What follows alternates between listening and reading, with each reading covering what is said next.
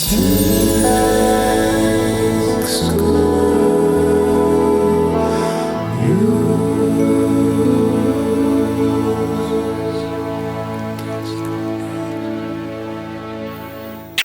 right, welcome back to another episode of the Tank's Good News Podcast. I'm your co-host, Tank Sinatra, here with my brilliant co-host, Investigator Slater. I stumbled. I know. I got you. I was so taken aback. I caught you off guard. Usually I call you my Psychopedia co-host because that's what you are, but I just felt like going in a different direction today. That was fun for me. Complimentary. I was really taken off guard, and thank you. We uplift each other around here. That's what, listen, if we're going to do it anywhere, amen. It's got to be here. And it's got to start here with us, and then we got to spread it. Exactly. So if you're out there listening to this and you're not feeling great about yourself, there's this great line that I'm going to butcher. If someone can hate you for no reason, I can love you for no reason. Oh, that's nice. Yeah. Like, I don't need to know you to love you. You know deserve. What you should do? You should write a book or something where you just counter all of these sayings that everybody just says without realizing the negativity behind it, and counter it with the positivity. Like people say, misery likes company, and you've said, well, joy likes company too. Yeah. Things like that. You should just list it out. And then talk about it and give us your wisdom. Sure. Because we feed off it. I'll do it. Do it. Well, we're going to hear some stories today. I don't even know what they are, which is different. Yeah, you don't. I'm sure I'll recognize them when I hear them. Hopefully. Maybe not. You are the curator of good news. Exactly. So if anybody's going to know about them, it's going to be you. But I like good news just as much as anybody else. I know. That's why I run the page. I need it more than anybody. Yeah. So that's the driving force. But if this is your first time here, welcome. If this is your 8th time listening, welcome home. We are so happy to have you here. I am so thrilled to hear these stories today. Best part of my week. I hope it's the best part of your week as well. And if you've been listening and you haven't subscribed yet, or this is your first time listening and you haven't subscribed yet, please do so. Reason being, it makes us happy. If we are contributing anything positive to your life. If you're feeling it, no pressure. The way you can give back to us is just by sharing it with someone who needs a little bright spot in their day, maybe someone going through a tough time who needs to be reminded that the world is not all bad. There is bad stuff out there. We acknowledge that. We're not ignorant to that, but we just take a little bit of a different view of the world and try and shine some light on the good that also happens all the time. Yes. Quick story to tell you. Let's go. Just so you guys know, when one of us does something good, we try and gas each other up. Yeah. Nailed it. Nailing it. I'm nailing it. Yes, you did. You nailed it. So yesterday... Really works, by the way. Oh. Like when you gas me up, I'm like flying. It's great. Yeah. Why not do that? I know. It's so easy to do that. But it has to be authentic. I think that's why it feels so good. You know what I mean? Because I'm like, oh, wow. Like somebody who I really admire, you who I think is really smart and like you have the right, idea about everything, most of everything. I'm like, oh, if he's gassing me up, I must be pretty good. Well, I'll tell you about my friend Lewis, who used to sell cell phone services back in like the mid-2000s. You got a friend for everything. He sold cell phones and service, and he had to sell between different companies. So I would watch him sell one, and then I'd watch him sell another with the same enthusiasm and go back and forth. And I asked him, I'm like, how do you sell all of these instead of just picking one and being like, this is really the one you got to go to? He goes, you just got to find one good thing about every company and focus on that. And believe it. And I was like, oh my God, yeah, that's great. But nailed it. This man had such an impact on my life, and I rarely talk about him because I don't know his name. I don't know anything about him. But when I was working for the cleaning company in New York City, Townhouse Cleaning, shout out to Richard Modica. I'm sorry for what I did. Oh, jeez. I worked for this man for 8 months. I brought in nothing. I panicked and started my own cleaning company on Long Island, and he was not happy about it. I was like, Richard, I don't know what to tell you. I'm going to die traveling into the city. It's a big commute. So there was this job that I also wasn't selling any work, but there was this job that I was sent out to look at, and it was a guy who was building like a nice indoor farmer's market type of a situation, like a flea market, but for food, right? Really good idea. And I kept walking around there with this guy, and I was young at the time, and I didn't know how anything worked. So he would tell me, all right, over here, we're gonna do this, and then we'll need it, cleaned up like this because it's gonna serve this part. And every time he told me about something he was building, I don't know why, but I would be like, oh, it's gonna be nice? Like, it's gonna be nice over here? And finally he was like, we had a great rapport, by the way. That's why he had such an impact on me, because he was so cool also. He goes, yeah, dude, it's gonna be nice. We're not gonna do anything if it's not nice. Right. And I was like, oh man, that's what it's like to not half-ass everything in your life?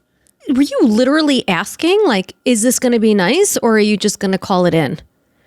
I wasn't, no, not the second part. Yeah. Because the second part implies a knowledge of an option. Yeah. I was just like, is it going to be nice? And he's like, yeah, dude, it's going to be nice. Everything I do is nice. Right. I don't do it if it's not nice. Yeah. That's what he said. Got it. I don't do it if it's not nice. And I was like, damn, bro, I'm going to incorporate that into my life. Quality, man. I'm going to start trying. Yeah. Yeah. So, without any further ado, I would just be thrilled, tickled pink. What? If you would start talking so I could stop talking. With pleasure. Yes. I will rescue you. So our first story is about a woman who has literally become one of my heroes. And you know it takes a lot for me to like sweat someone. Oh, yeah. Right? I sweat her. I think she might be my spirit animal. I know that's a cheesy expression, but like pun intended. Okay? Let's wait till you hear what the story's about. Okay. It begins with a single rescue, a moment of fate that would spark something far greater. When Jessica Davis brought home Boomer, a scrappy shelter dog with weary eyes and a past full of unknowns, she thought that she was saving just one life. What she didn't realize was that Boomer was about to change hers and ignite a mission that would stretch far beyond a single act of kindness. Because often, I'd say, one rescue isn't just an ending, it's the very beginning of something extraordinary. Hell yeah. It was 2017 when Jessica, a real estate marketing specialist from Malibu with an unwavering passion for animal rescue, relatable, stumbled upon Boomer's story on Facebook. A large black mixed breed dog with very sorrowful eyes and a body that carried the weight of years in confinement. Boomer had spent 4 of his estimated 5 years trapped inside of a Florida shelter. Oh my God. And for context, for those of you who don't know, Investigator Slater and firefighter Dave, her husband, used to run an organization, which I was so proud of you guys for, by the way. I don't know if I ever said that. No, but that's kind to hear. I used to tell everybody about it. It was called Bruised Not Broken, and they were rescuing dogs by the dozens. It was probably the most fulfilling experience I've ever had in my life. Yeah. And you remember how dedicated I was. I was like, oh yeah, I can't go to dinner tonight with you guys. That was the only time I ever got mad at Mark Zuckerberg. What do you mean? Because remember when something changed in the algorithm and all of a sudden it was like, It oh, was catastrophic. this guy's killing dogs. Yeah, so we relied heavily on Facebook, which we just talked about here.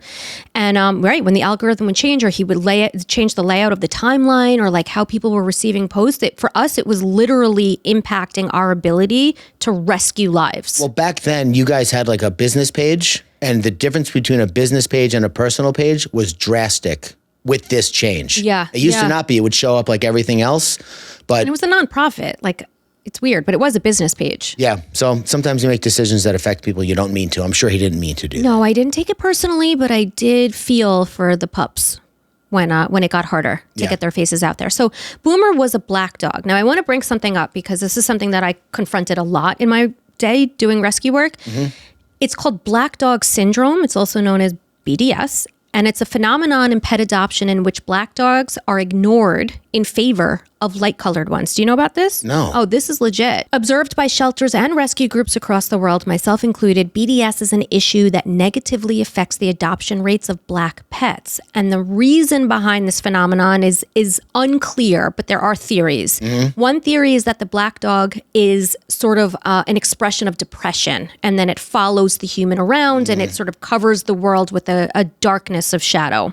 Another theory is that it's harder to make out the features and expressions on a black dog, so it's more difficult to connect. Yeah. So when a potential adopter is walking the, kennels and seeing who they connect with or who connects with them, it's harder for them to do that when they can't see the features as readily. It's more of just like a form. Yeah, it's just they seem to be less expressive. They aren't. You're you're not seeing it as clearly as you would on a dog with a lighter shade of fur. I'm going to start a black dog rescue. Oh, they have them. Oh, they do? Oh, yeah. And anytime a black dog came into the shelter, I was all over it because I was like, you need people to work twice as hard to show how wonderful you are. Yeah. So Boomer had become essentially invisible. I love Boomer. I love Boomer. I do. Overlooked time and time again by adopters who saw only this frantic spinning, incessant barking, and wary stance towards strangers. It's an all too common phenomenon called kennel crazy. A lot of times when we would have potential adopters meet us at the shelter to meet a dog, we would get there early, take the dog for a long walk around Manhattan or off leash in the back of the shelter, get his zoomies out, get him in some of his energy out so that he could present more clearly versus somebody first taking him out of a kennel and he's like, I haven't been out in 9 hours. He's going to look frantic. Do you know that I noticed that with my dog without even knowing what it was? The new dog we have, puppy, he's got to be in a crate. Otherwise he'll hurt himself, is the main concern. But yeah, he'd be in the crate while we were out for a little while. I'd come home, let him out. I'd be like, this dog is nuts. He's got to go back in the crate. And then once I did that like a couple of times, and once I let him stay out past like the 10-minute mark, I was like, what is happening with this dog? Big difference. Huge difference. And Boomer was not aggressive. He was just bruised, but not broken. Oh. Had to drop that in. Years of isolation and rejection left him teetering on the edge of despair, desperate for a connection that just never came. Until Jessica. Jessica couldn't bear the thought of Boomer wasting another day behind bars. So without a second thought, she booked a flight from California to Florida, determined to give Boomer the safe and loving home that he so deserved. The moment she let him out of the shelter, guided him, had adopted him at that point, Boomer immediately leapt into her rental car as if he already knew that his life had just taken a turn for the better. Oh my God. You know what we used to do? Another little side note. We used to do, they're called freedom rides. When a dog does just that, they like right into the car, and then we would get burgers for them. And it was called the Freedom Burger. Wow. Yeah. So that night in the quiet comfort of a hotel room, Boomer rolled across the bed with unrestrained joy, just savoring a freedom that he had been denied for far too long, probably, as I mentioned, for most of his life. Yeah. And when they finally made it back to Malibu, he didn't just settle in. He ran, played, and embraced his new life with a reckless, boundless energy as if he was making up for lost time. Yeah, he was. Jessica quickly discovered that Boomer wasn't just energetic, he was built for adventure. Eager to channel his restless spirit, she started bringing him along on her training runs for half marathons, and he took to it instantly with his paws pounding the pavement in perfect rhythm. Before long, he was joining her on bike rides, skateboarding through winding paths, and even keeping pace beside her in the actual races. Wait, he was skateboarding? He was like going with her when she would skateboard. Oh, okay. She was skateboarding. Yeah. There are dogs that skateboard, I by the know. way. They're usually like low center of gravity, like bulldogs. But some of them are really good. I know. And they surf, some of them. Yeah. Incredible. Interesting. But the most remarkable thing about Boomer wasn't his endurance or his athleticism. This is going to sound cheesy, but it was his heart. Beneath his powerful stride and boundless energy was a dog who, despite everything he had been through, was just overflowing with love. And that's how we got our name Bruised Not Broken, right? For the rescue. Yeah. So Boomer welcomed every foster kitten and dog that Jessica brought home and greeted them with patience, kindness, cuddles, unconditional love. Inspired by his resilience, Jessica soon founded Boomer's Buddies Rescue, an organization dedicated to helping animals who are often overlooked, including those with severe medical needs, behavioral challenges, or those who require hospice care. And listen, I don't blame anybody for not taking on a project like that. It's a big, big undertaking to, first of all, it's heartbreak the whole time if you take on a dog with hospice. Like, you got to be a really unique Special person. type of person to be able to handle that. So if you don't do that, I don't want anybody feeling bad being like, well, I don't do that. What am I doing? It's like, no, that's why this woman, Jessica, is just exemplary. yes. Jessica and Boomer have helped countless rescue animals over the years, and that mission didn't stop when disaster recently struck. Because in January 2025, when the Palisades fire tore through Malibu, What? Jessica sprang into action once again, this time to save the pets left behind in the chaos and destruction. Wait, hold on a second. Hold on. I know. I was wondering about this. I wasn't going to ask because I thought it sounded a little weird. Boomer's still alive? Yes, this is a I recent... thought this was like an old story and Boomer was for sure. No, Boomer's out there. he's booming. Boomer, make room for us in your life. Exactly. I'm dead serious. If there's any way, I'd like to just hug him. Oh, when there's a will, there's a way. Yeah. Jessica was at work in Brentwood when the fire erupted. From the 10th floor of her building, she watched in horror as flames tore through the Palisades. Oh my God. Raging through Malibu with terrifying speed. Panic set in as she realized how little time there was. She raced home, gathered her 5 animals, and fled to a motel. But even as she secured her own pet safety, a gnawing thought consumed her. Countless others had been left behind, trapped in the inferno with no way out. Terrible. Many residents were forced to evacuate before they could even save their animals, and others just never made it back before authorities sealed off their neighborhoods, leaving their pets trapped. Oh my God, I would go absolutely nuts. Yeah. So Jessica and her team navigated through smoke-choked air and debris-littered roads, determined to find any animals that had survived. The first few days were treacherous. Telephone poles were still smoldering and entire hillsides were reduced to ash. So crazy. Jessica described it as being, quote, like in a war zone, like a bomb just went off. Yeah. She said the landscape and community are forever changed. It's heartbreaking. Oh, you hear about these fires across the country. I mean, I guess because I know people from there, I'm a little bit more interested. I'm sure you know, not interested, but like, I'm into it. I know. It hits home. It hits home. I know that, there was damage to a friend of mine's house, but it wasn't burnt down. But the school, his kid's school is gone. The park is gone. Everything else is gone. It's just ash out there. Yeah. If you are in California, if you've been affected by the fires, we are thinking of you, praying for you. Our hearts go out to you. It's devastating here on the East Coast to just watch what's happening. And just another note, okay? Because sometimes I'll post things on Tank's Good News about pets being rescued after being left behind in a natural disaster like a flood or whatever. And there's always this vitriol for the owner, as if the default of a human being is to gleefully abandon their pet and say, finally I can get rid of this pet because I have to leave. I don't even know, I can't even think of a person that I know that might even exhibit that kind of behavior. So if you see something like that, just assume that it was under dire circumstances, like these people who couldn't even get back home. Right. And their pets are in there. And I say I would go nuts. I don't mean I would break through the barrier because you wouldn't be allowed. Right. No, I would just internally be freaking. Exactly. No, they were helpless, I believe, like to your point, I don't think anybody's leaving their pet behind if there's another choice. Yeah, skipping out the door. Listen, there are obviously irresponsible people in this world who do terrible things. I don't think by and large in this situation, that's what was going on here. Well, it's not like there was nothing happening and they just went on vacation and left their dog for a month. Right. Like, there was water raging through. Which we've seen in rescue. We've seen the dogs the family moves out of an apartment and they leave them chained. Yeah, that's not. Exactly. That's terrible. This is not that. No.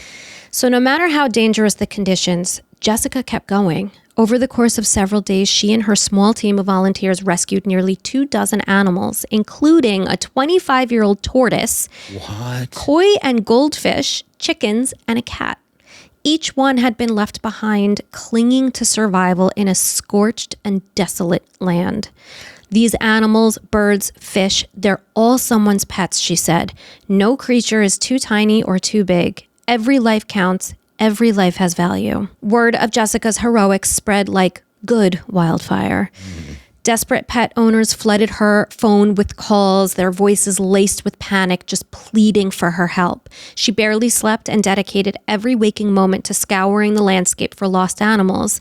Each rescue was a battle against time, but she refused to leave any creature behind. Now, as we record this episode, the majority of the flames have been contained, but the devastation lingers, and of course, in some areas, it's still happening. Families are still combing through the wreckage, clinging to hope that their beloved pets are out there somewhere, frightened, waiting, and longing to be found. Jessica's journey from a singular act of rescue has blossomed into a profound mission. She not only saves the most neglected animals, but now also courageously confronts the wildfires of Malibu and dedicates herself to protect those utterly devoid of refuge. She's about that life. She is. For Jessica, rescue transcends mere survival. It's a testament to the intrinsic value of every life. And I love that story. And I love Jessica and Boomer. Exactly. I just feel like she's boots to the ground, right? Boots on the ground. Big time. Literally walking into the apocalypse, basically, and saving whatever needs to be saved. Yeah. She's remarkable. What a crazy situation. Yeah. So check out her rescue, Boomer's Buddies, and her story. Pretty amazing. Yeah, Boomer's Buddies. I love it. I love her. I love that story. It's bittersweet, obviously, like most things, because the only time people get a chance to be heroic or do courageous things is when things go very sideways. Yes. And that's really the basis or the thesis of Tank's Good News is that, yeah, things like good things happen in a vacuum, but typically they're a response to something that went wrong. Which is why our stories sometimes start out not great. Yeah, and a lot of times they end not great, but the lesson remains that you can make a difference in this world by doing whatever you can do. And that's what that's what I focus on in life. I was thinking about that. I was like, if she stopped right now, whatever she has done is incredible. I remember the first dog that Dave and I rescued was a dog that was chained up at a mechanic shop. Yes, I remember that. In Harlem, very close to where we lived at the time. And we literally went into the mechanic shop, undid her leash. She was eating out of a hubcap. Her ribs were showing. She was covered in tar. We took her. We physically took her. I mean, the guys watched us. They knew what was happening and they didn't stop us. We would have kept going even if they tried, right? Yeah. We got home. We bathed her in our own bath. We fed her. And then we linked up with the rescue group and helped to find her a home. I remember my mother saying to me, this was before Bruise Not Broken even really technically started. She's like, if you do nothing else in your life for that one dog, incredible. And that's how I feel. Like, even if she were to stop right now, she's not, though. That's what's even more incredible. Yeah. Like, she's going to keep going until there's no one left to save. Mm-hmm. Yeah, it's amazing. Yeah. You ready for our second great story? I am. Okay. This story actually makes me feel like human beings have a shot at long-term survival. And it shows that we can actually take care of each other. Because I spent a lot of time analyzing and studying the opposite. How we tear each other down, right? In the true crime realm. Yeah. But this story shows me that the opposite is just as true. Yeah, Psychopedia is no picnic. No. It is for me. I can't explain it, but it is for me. Well, you get into different angles of, the headline is like the tip of the iceberg. Yes, and I'm not enjoying anybody getting hurt or the crimes that happen. If that's obviously, but I needed to state that. But okay, let's focus on the good aspects of humanity right now. I'm ready. We're going to go to Wales in this story. Welsh people. Where an act of selfless generosity, one man giving up his own chance at a miracle, set off a chain of events that changed a young boy's life forever. In 2009, 22-year-old Daniel Black was building a life that he loved in Wales. He played bass guitar in a band, worked at a local Tesco superstore, and had a future filled with promise. But on the morning of December 2nd, everything changed in the blink of an eye. What happened? Dan was riding his bicycle to work, the rhythm of his wheels a familiar, steady beat, when the screech of tires shattered the morning calm. Oh. In an instant, metal met flesh and bone with brutal force. The impact sent him flying off his bike with his body crumpling upon landing and his spine snapping like a twig. Oh my God. Dan was rushed to the hospital where he learned that he was now paralyzed from the waist down. Reeling from the staggering blow of his new reality, he barely begun to process the nightmare when fate dealt yet another cruel strike that same night. Because as he lay in the hospital bed clinging to the remnants of his former life, Dan suffered a stroke that forever stole the movement in his right arm. So now he's paralyzed from the waist down and has no movement or feeling in his right arm. Yeah. So this now means that he's a triplegic, and his body felt like it was just no longer his own. Triplegic. It's paralysis with 3 limbs. Triplegic. Yeah. Okay. That makes sense. I've just never heard of it before. Yeah, no. In the span of a single day, everything Dan had known, his independence, his future as the way he planned it to go, his very identity was rewritten in the most jarring way imaginable.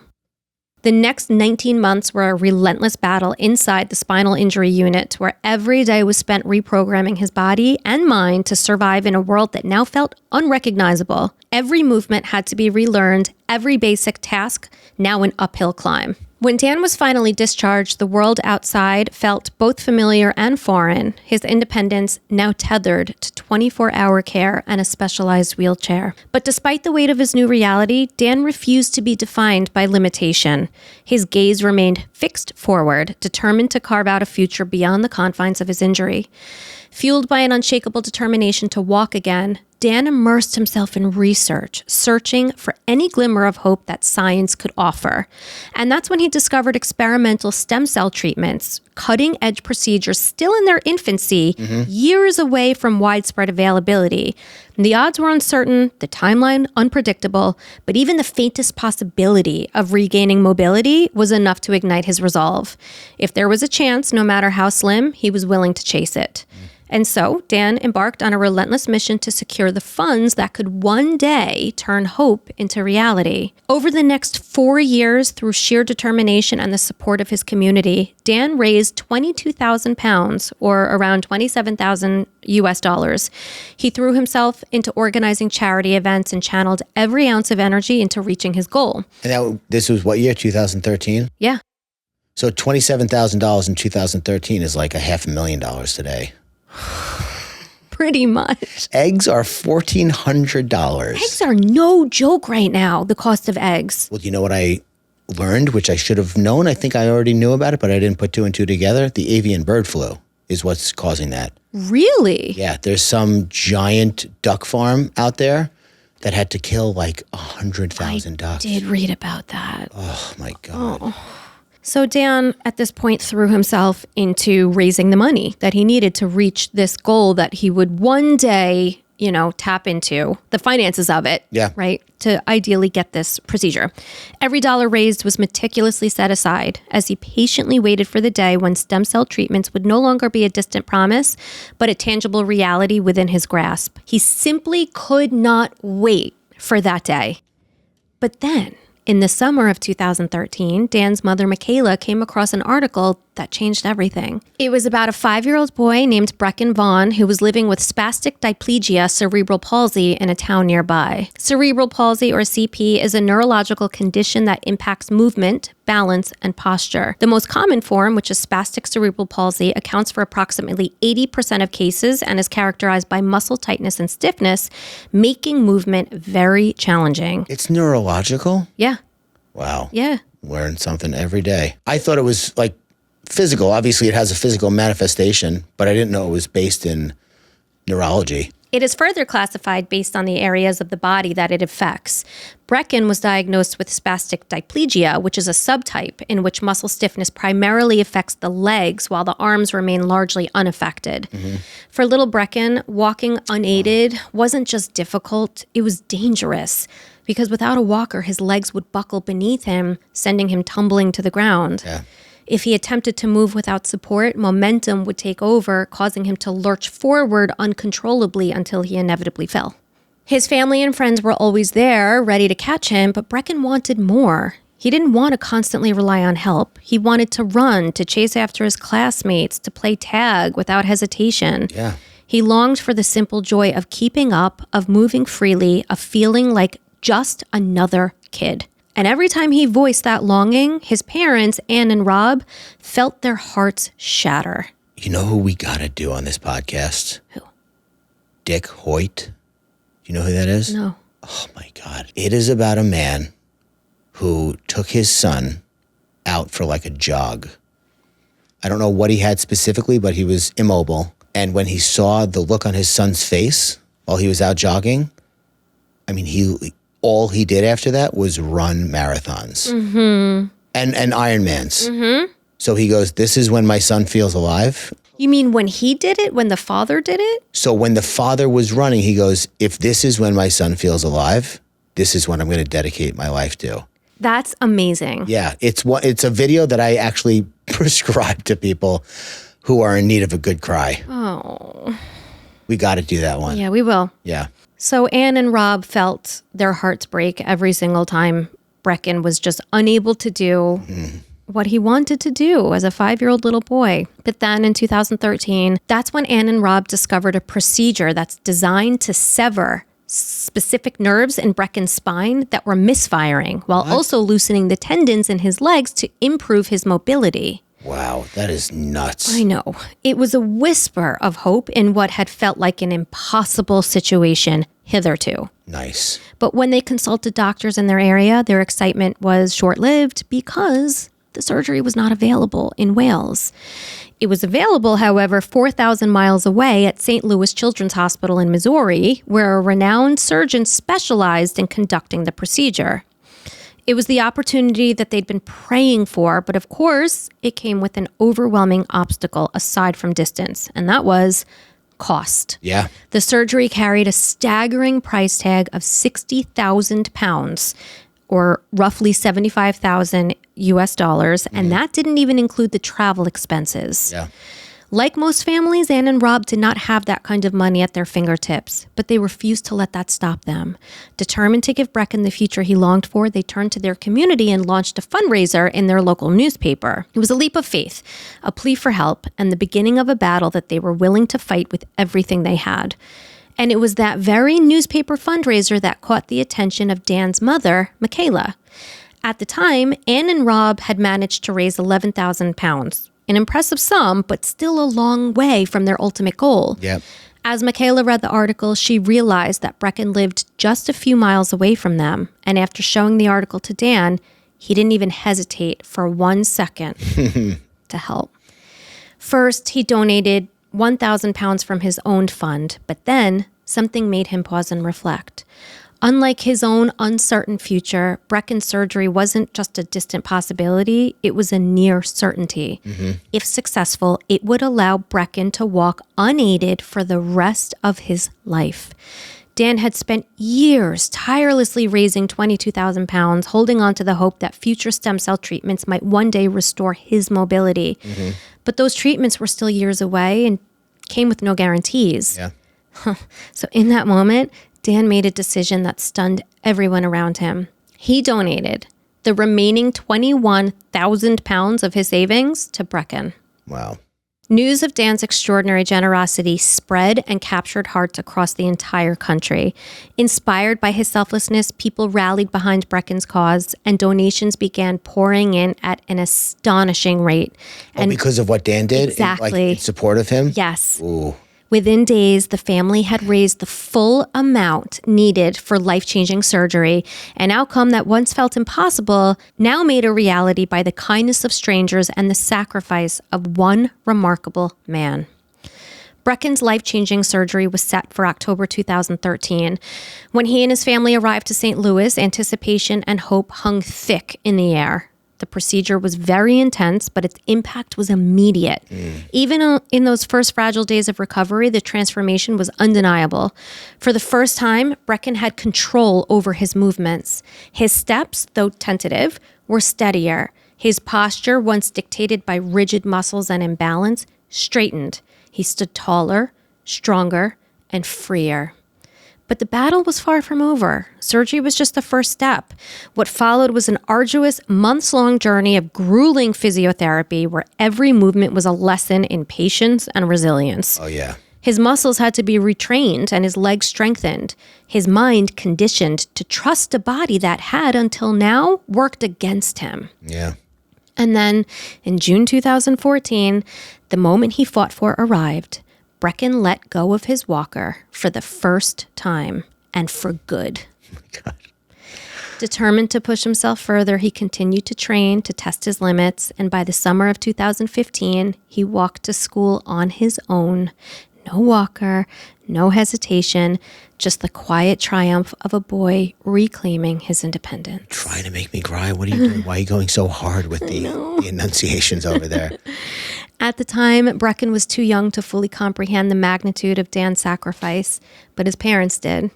Anne spoke through tears and said, Dan's given Brecken the chance to truly be a child. Before, he had to sit back, watching the world move without him. Now, because of Dan's extraordinary kindness, he can live. He can run, play, and be part of it all. We can never thank him enough. Where's Dan at now? Unfortunately, he's still waiting. Still waiting. Well, I'll tell you something. So he made the right move for a multitude of reasons, but mainly because stem cells are still not where they need to be. I have a friend who went down and got stem cell surgery in his shoulder. Really? Yeah, a lot of money. A lot of money. I think he went down to Panama. Didn't work. Oh. 2025. Wow, you're right. It's still not there. Yeah. So hopefully one day they get there. I believe they will. I mean, technology in medicine is so amazing. It's just incredible to think, like, because Dan was injured, right? So he lived most of his life without having any sort of physical limitations. He got into an accident. You can understand why he would be like, oh, this can't, I need to go back to the way things were. Yeah. He hung it all up to give this little boy the rest of his life. Well, he flipped the script. Yeah, entirely. He was able to move around normally. Now he can't. The little boy was never able to move around normally, and now he will be able to for the rest of his life. It's unbelievable. Yeah. I'm going to go hug my children Yeah. and race them. They always want to run. I'm always like, I don't want to run. But like hearing that, I'm like, let's run. Oh, yeah. I mean, be grateful that you can. Yeah. And that they can. All right, ready for story number 3? I am. Okay. I relate to the main character. We're going to call him the main character of this next story so hard. You'll see why. Our final story takes us to a galaxy far, far away. Here we go. Or more precisely, to the man who helped bring it to life, only to be nearly destroyed by it.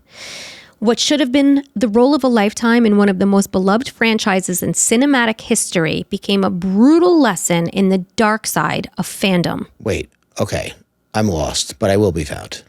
A storm of criticism, relentless backlash, and personal devastation followed. Oh. But years later, the same story would come full circle, proving that even in the bleakest times, redemption is possible. This story is bananas. Bananas. Crazy. But I mean, I know our listeners don't know the story yet, but you do. But like, you can see where he speaks to me so much, his journey. Yeah. Like what he went through and how he internalized everything. That's something I struggle with. Let's get into the story so our listeners know what we're talking about. I understand it, but why don't you explain that for the listeners? Well, I'm going to right now. No, you're how you relate to it. Oh, I struggle a great deal with criticism. Oh, yeah. And just Everyone does. I know, but you said it perfectly. If I get a compliment, why do I give that less weight than an insult? Like I see the insult and I almost only see the insult in a sea of perhaps compliments, which would be amazing to see. Why does that one insult catch my eye and I can't see anything else? Oh my God. What? I have an answer. You just said a sea of compliments. What happens when you put a rock in a sea? Doesn't it sink? Yes. Because the weight of an insult is so heavy that it cuts through all of the other stuff. We don't want it to. No. And I'm so grateful for the kindness. It's not that I'm not seeing it. It just, the insult hurts. And I guess pain is, I don't know, I'm not going to say more permanent. It's more jarring. It's more visceral. Well, it's by nature more rare, which is why it stands out so much. Okay, that makes sense. Because you're going along your life. You've been going 6 months, cruising, crushing it. And then someone comes along and goes, I don't like the way you do things. And you're like, well, hold on a second. Why? Right. Wait, first of all, who are you? Exactly. Second of all, tell me how to do the life, because you see something. You see the real me, because I don't know what I'm doing. Which is ridiculous. It's crazy. I know. Just by like sheer volume, the insults should be, whoa, hold on a second. So in a sea of compliments, you put a rock in it, it sinks to the bottom, but it sinks to the bottom. Let it just die there. The sea is still there to keep you afloat. Now that is a good takeaway. Boom. You looked like you wanted to do something there. I did want to say it wasn't coming out, so. But that compliment meant nothing to me, so please continue. In 1999, Star Wars Episode 1, The Phantom Menace, arrived in theaters with the weight of impossible expectations. Truly. Let's just for a split second tell people who weren't there what that was. Okay. Because now Hollywood is like, I don't mean to sound like an old person, but it's like the eighth iteration of this same movie. Right. It's like Mission Impossible. It's possible. Yeah, I feel At like this maybe point, he's proven it's possible. Yeah, I mean, maybe this one is not, but I don't think so. Right. History's any indicator. Exactly. But these movies, Star Wars, came out in the 70s and 80s, I think. Yep. Changed the game, period. George Lucas changed the game. Yes. And then there's nothing. Forever.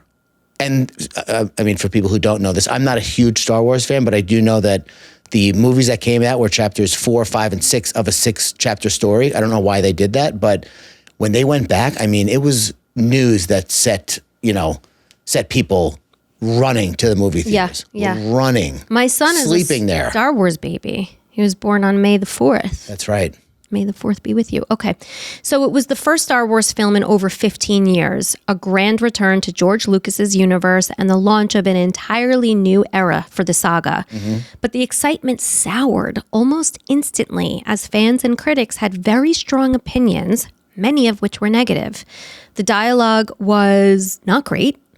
They were saying about the movie, the political plot convoluted, and to the dismay of devoted fans, a brand new character became the epicenter of their outrage. Jar Jar Binks. People suck sometimes. Jar Jar, the first fully computer-generated supporting character in a live-action film, was envisioned as a source of comic relief, designed to charm younger audiences with his slapstick humor and exaggerated antics. Like R2-D2, kind of. Kind of. Right? Instead, he became one of the most hated characters in movie history. Yeah. Fans accused him of being grating, juvenile, and tonally out of sync with the rest of the franchise. Many pointed out that Jar Jar's speech patterns and mannerisms bore an uncomfortable resemblance to racial stereotypes, particularly offensive caricatures of Black and Caribbean cultures. The backlash was immediate and it was vicious. Yeah. Jar Jar became a pop culture punching bag, ridiculed in television skits, parodied in media, and dissected in scathing think pieces. But while audiences had the luxury of laughing at or condemning the character, there was one person who had to carry the full weight of the hate. Yeah. And that was Ahmed Best, the man behind the performance. And I don't know if you're going to get into it. I'm sure you are, but to just paint a picture here of being met with that level of vitriol, totally unearned, by the way, even if the character was the worst character of all time, shut up about it. Why do you have to go online and talk about it? So anyway, these actors, they go out, they try so hard, they go on so many different auditions, they starve, they work dead-end jobs to try and because they have to be dead-end jobs because they have to abandon them if they get a role, so they can't really sink into any kind of career. This guy gets a role in the most anticipated movie of that time, for sure. He's probably so excited. He comes up with this new way of, Yeah, I'm going to talk about all of that. And then this. I mean, giveth and taketh to the extreme. Talk about unthinking, unaware. Cruel. Unkind. Yeah. Unnecessary. For Ahmed, Star Wars also was more than just another acting job. It was a childhood dream come true. Yeah. He had grown up in New York City, absolutely captivated by the original trilogy from the moment he first saw A New Hope in theaters at just 3 years old. Oh. His love for the franchise was so deep that his mother sewed him Star Wars pillowcases, bedsheets, and costumes. And now, decades later, after being discovered working as a percussionist performing on Broadway in Stomp, he'd been handpicked by Robin Gurland, the casting director for The Phantom Menace, to bring Jar Jar to life. George Lucas himself recognized Ahmed's talent and entrusted him to bring his revolutionary new character to life. It should have been Ahmed's greatest triumph, yet incredibly, it became his greatest nightmare and almost led to his death. Yeah. But before that, Ahmed worked closely with George Lucas and the Star Wars team for 2 full years to help develop the software that would bring Jar Jar to life. Motion capture had never been used in a film like this before, meaning every movement, every expression had to be built from the ground up. Ahmed fully committed to the role and performed Jar Jar exactly as George Lucas had envisioned. Every exaggerated stumble, every comedic beat was intentional. Even his dialogue was read exactly as written, with a playful, cartoonish tone, one that hadn't been based on any accents. It was just a creation. He's a fictional character in another galaxy. Shut up. That sounds like a Caribbean stereotype. Maybe it does to you, because you're an idiot. Because you're poking holes. Yeah, you're looking for problems. That is the thesis of this is like, stop looking for problems. There are plenty of problems. Yeah. Then in 1999, after years of groundbreaking work, The Phantom Menace was finally released. But the backlash was instant. Audiences channeled their disappointment with The Phantom Menace into a singular, merciless target: Jar Jar Binks, and by extension, Ahmed Best. Some fans took it as a personal betrayal, confronting him in public with accusations like, "You ruined my childhood." Oh my God. Online, the backlash mutated into something far uglier. While internet outrage is commonplace now, in 1999, this level of vitriol was just unprecedented. Yeah. Hate sites like JarJarSucks.com and JarJarBinksMustDie.com sprang up overnight, littered with crude Photoshop edits, some depicting Jar Jar in violent, gory scenarios, others featuring Ahmed's own severed head. Yeah. By the way, if you do that, blanket statement that I fully stand behind, you are a loser. You need help. Like a You real... need to figure out where all that hate is really coming from, because really Jar Jar Binks is not the issue. Yeah. I mean, he was a character in a movie. It's not that deep. If you're it's okay that you're feeling things, but if you're to this point, figure out what's really going on. Yeah. Because then came the death threats. The media, always hungry for controversy, amplified the narrative, turning Ahmed into a villain into the eyes of diehard fans. The media played along? Yeah. Oh, I don't know why I just... I know, you. When his personal phone number was leaked online, the harassment escalated. His answering machine became a dumping ground for hateful voicemails, some warning him to watch his back, others outright threatening his life. What should have been a breakthrough moment in his career had spiraled into an absolute nightmare. Worst case scenario. But perhaps the most painful blow came from the accusations, which we touched upon already, was that Jar Jar was a racist caricature. As a proud Black man and an advocate for African heritage, Ahmed was devastated by the idea that people actually believed that he allowed himself to be exploited. But that's how stupid people are. I know. The criticism, though, still cut deep. Yes, Years of course. later, he would describe the experience as taking an almost mortal toll on him, saying simply, "It was too much."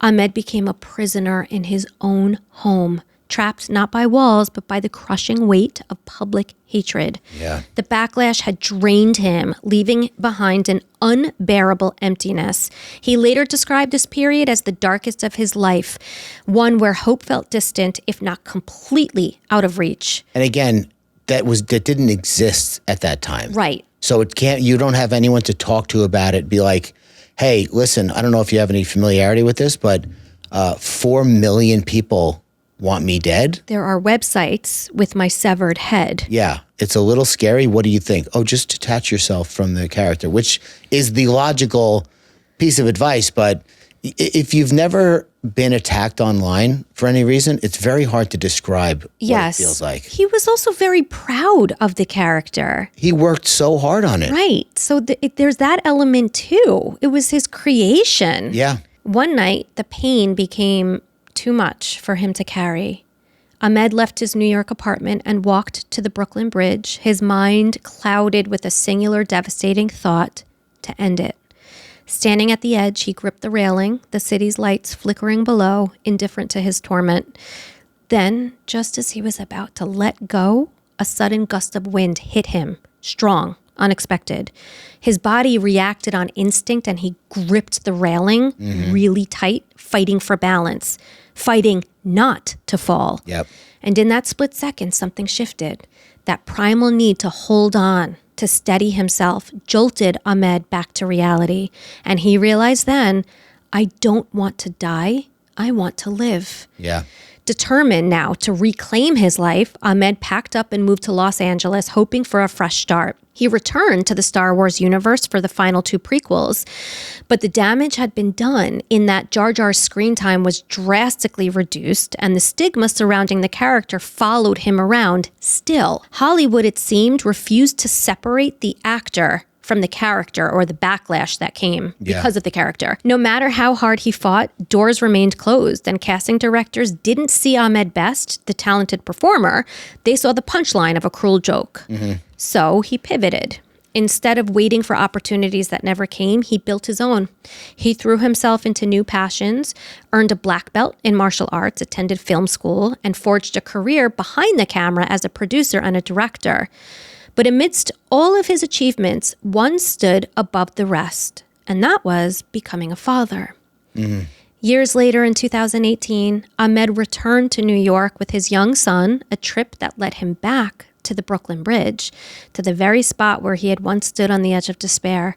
But this time, everything was different. He was no longer alone. With his son by his side, Ahmed pulled out his phone, snapped a photo, and shared it on Twitter. It's a beautiful photo. Alongside the image, he revealed something that he'd never spoken about publicly, that this bridge had once been the setting of his absolute darkest moment. But now it stood for something else entirely: resilience, redemption, and the life that he had chosen to keep fighting for. Ahmed's post went viral, and the response was overwhelming. People around the world rushed to express their love and their support. Even longtime critics took a step back, some publicly apologizing for the pain that they caused him. The tide had shifted in ways that Ahmed never could have imagined. He was actually invited to a Star Wars convention where he stepped onto the stage to thunderous applause, a stark contrast to the hostility he had once endured. Soon after, Lucasfilm brought him back into the fold, casting him as the host of a Star Wars game show for kids, this time introducing him not as a punchline, but as a Jedi, Kelleran Beck. Then came the moment that again seemed to change everything. Ahmed returned to the Star Wars universe in The Mandalorian, once again embodying Kelleran Beck.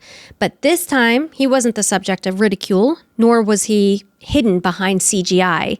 This time, he was the Jedi who rescued Grogu, better known as Baby Yoda. Yeah. Forever etching his place in Star Wars lore as a hero. For Ahmed, the role was more than just another acting job. It was a full circle moment. He said, quote, "As an artist, I lost my confidence for so many years, but The Mandalorian gave me that affirmation of, you were always doing the right thing.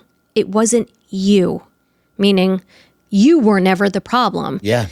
For Ahmed, stepping back into the Star Wars universe wasn't just about redemption, it was about reclaiming his narrative. The role of Kelleran Beck wasn't merely another job, it was a powerful affirmation that the ridicule he once endured had never been a reflection of his talent or his worth, and The Mandalorian proved what had been true all along, that Ahmed Best had always belonged in this galaxy far, far away. Absolutely, he does. Yep. Earned his spot. Yeah. Yeah, that is so sad for me to think how many years I know. of his life did he lose thinking that he was not worth anything because some person Trolls. on the internet decided that, you know what, I don't even know if I felt this way about him, but it's getting traction. I'm going to make a website. Maybe I'll get some visitors. Maybe I could sell some advertising. Maybe I'll get some likes on my comment. Like, that is what I truly believe, that people, yes, are some out for blood for no reason. Yes. But I think a lot of times, just like, I don't know if you were ever mischievous. You probably weren't. But, right? You weren't like mischievous. I had my moments. I kicked the can over once. I was never mischievous or cruel or whatever towards people. Like, if I was ever mischievous, it was always at the expense of my own safety or whatever. Yeah, but I mean, like, so you're out with your friends, you're a teenager, one of them throws a rock at a building. I don't even know what the example is. Yeah. When we were younger, we used to kick streetlights to make them turn off. It was so much fun. I would have never, ever done that on my own, unprompted. Mm-hmm. But because I saw them doing it, I was like, oh, I kind of want a little bit of that rush. That herd. That herd mo. That herd mentality. Yeah, you just get sucked in. Yeah. So, I don't know. I'm not excusing the people, but I am saying there's probably a reason for it. I think the movie, I don't think it did well if my memory serves correctly. And I think people were looking at something to blame or someone to blame for their beloved movie, for what they loved so much. Because like Star Wars fans are diehard. Yeah. So they were looking for like a scapegoat. Oh, It wasn't the movie that sucked. It was Jar Jar Binks. Yeah, but Natalie Portman came out of that screaming into a new career. Yeah. She came out flying. Yeah, because she wasn't the butt of she wasn't being blamed. She could have easily been blamed. She could have, but she wasn't. Yeah. Jar Jar was. Ahmed was. That's interplanetary discrimination. It is. It is indeed. Well, that's always the case. The people like who are saying don't do something are the ones doing it. Exactly. Okay, well, those are the 3 TGN stories. I loved every single one of them. Me too. Me too. Very All of good. them. I'm glad you enjoyed it. Do you have a Tank's titty that you could end us off on here? Do I have a Tank's titty? He's got 2 of them. I got 2 of them. They bouncing. I went deep and I found something. Shit. Okay, so I have a little bit of a challenge to an existing accepted idea that, as you know, I like to peel back a little bit and see what's really going on underneath it. So the phrase familiarity breeds contempt, I disagree. Okay. I disagree with that. First, explain to us what that means. So familiarity breeds contempt means the more you get to know something or someone, the more opportunity you have to find stuff that you don't like about it. Oh, you're going to do one of those things I like. That's what I just said. I know, but now I better understand. Oh, the saying. Yes. So maybe it does, but maybe familiarity breeds comfort Yeah. and intimacy. I mean, that's where I live, in that zone. These sayings out there, like they just say them and people just repeat them. And I get it. It applies to some people maybe, but these blanket statements in general, I'm not here for them. No, familiarity breeds contempt only if you specifically make it do that and look for things to be contemptuous of. So maybe just for, like I said, a little challenge to people, use the familiarity that you're gaining, whether it's in physical proximity, time spent with someone or whatever, to let it breed the opposite of contempt, which is maybe comfort or appreciation or intimacy or any one of a number of things that can happen when you get to know somebody besides winding up hating them. Right? Yeah. So that's I love it. I love it. I also really like when you give us something to do. Yeah. Like an exercise. So just putting that on your radar. No pressure, but put us to work. So if there is someone, here's a little caveat. If there is someone that you have gotten to know and really don't like, try and use that closeness that's already been established to find things that you maybe like about the person. It's happened to me. And I'm telling this to myself. Yeah. Don't hyper focus on what you don't like. So I have a new friend who I really like. I'm very excited, by the way, that I made a new friend at 42, but I did. But she calls me girl constantly. Yeah. Hey, girl. You want to sit here, girl? Girl, what you feeling like tonight? What do you want to eat tonight? Da, da, da, da. Everything is girl, girl, girl. And it makes me insane. So much so that I might just walk away from the entire friendship. But no. How long have you been friends for? A month. She might be trying to sell you into an MLM. Oh. It's very typical MLM Is it? girl boss talk. Oh, well, I'll keep my eyes open for that. Just kidding. No, but I'm saying I have like a very big problem where I hyper focus on what I don't like. So if there's 10 characteristics that make up this woman and 9 of them are fantastic. Yeah. Again, it's like how we started this last case. Why am I focusing on the one thing that makes me crazy? It's easy to get hung up on. There's There's this guy that I know that says, every 3 to 5 words. And I'm at the point where I might say something to him and be like, I don't even think you know this, But every time you say something, you say, right after it, I wonder if that's a nervous, sentence filler-upper. Like, I don't know what to say. I don't think it's a nervous sentence filler-upper. I think it's I hate to use this word, but lazy, almost like people use the word. Or whatever. like. Maybe like the word like. Any word Yeah, that gets repeated often is just like it's the people are not aware of it. Not that I'm out to correct everyone and be the world's repetition police, but I just think people don't know. Like somebody told me, I told you before we started recording this, when I was doing my Happy is the New Rich videos, which by the way, I own the trademark on, and I've seen the other post going around. It says, happiness is the new rich. And that is not what I said. You know about that. No, I don't. Oh yeah, there's a post that went super viral. Somebody else taking your expression or? And expounding on it. Do they give you credit or anything? No. I don't even, listen, it's not the most novel idea that's ever been created. Somebody else could come up with it on their own. Don't put it down. I'm not putting it down. I'm just also like, there's parallel thinking out there in the world. It happens a lot. Especially with like, we're all dealing with pretty much the same amount of words, the same amount of ideas. And fair enough. Yeah. So I'm not mad at it. But when I was doing my Happy is the New Rich videos, I was going, so what I want to talk about today is, and like smacking my lips. That's what Anthony is one of our. No, that's why we talked about it. Oh yeah, but I'm telling our listeners. Oh, I'm sorry. Is one of our sound engineers, editors, lifeline here at TGN Central. Yeah. And we noticed upon editing that I always go.